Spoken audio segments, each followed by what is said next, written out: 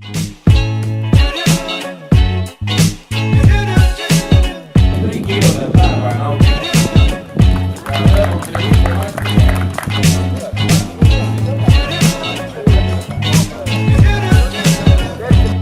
et 6 võistkonda kuni 10 liikmelised ja siis juba 10 minuti pärast alustame teadusjahi võistlusega, mis on meie päeva esimene võistlusala.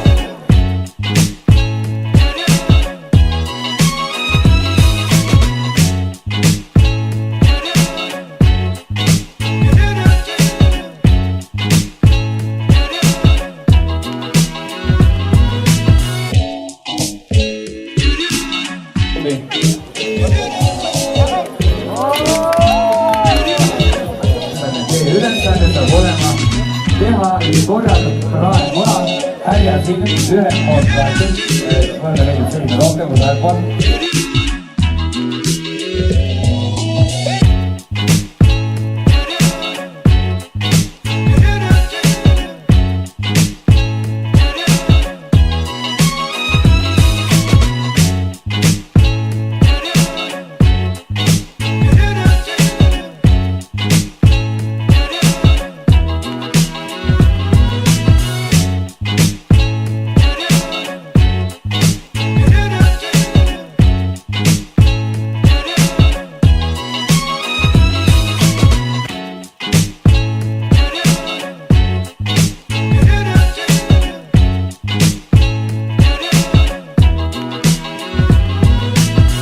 Registreerijad ja lõppkokkuvõttes esimesed ka, nii et suur aplaus Saue autole!